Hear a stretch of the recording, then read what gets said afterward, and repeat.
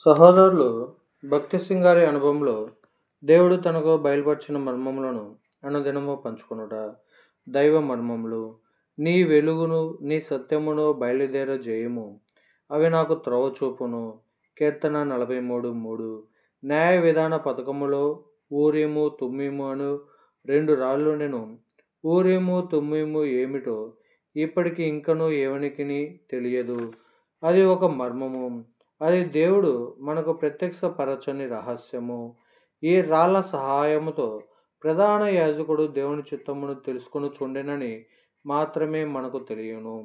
ఈ ఊరీము తుమ్మీము రాళ్లను కీర్తనలు 43:3లోనున్న దేవుని వెలుగునకును దేవుని సత్యమునకును పోల్చవచ్చును.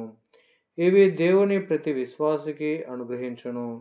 ప్రధాన యాజకుడు ఆ రెండు రాళ్ల ద్వారా దేవుని చిత్తమును ఏ విధముగా కనుగొనుచుండెనో అదే విధముగా మన హృదయంలో ఉన్న ఆయన సత్యము, ఆయన వెలుగు ద్వారా మనము కూడా దేవుని చిత్తమును కనుగొనవచ్చును.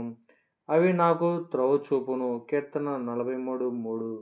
మనము ఏ స్థలమునకైనా వెళ్ళక మునుపు, ద్రవ్యమును వ్యయపరచక మునుపు, మన కొరకును మన పిల్లల కొరకును ఏదైనా తీర్మానము చేసుకొనక మునుపు మనము దేవుని చిత్తమును కనుగొనవలెను.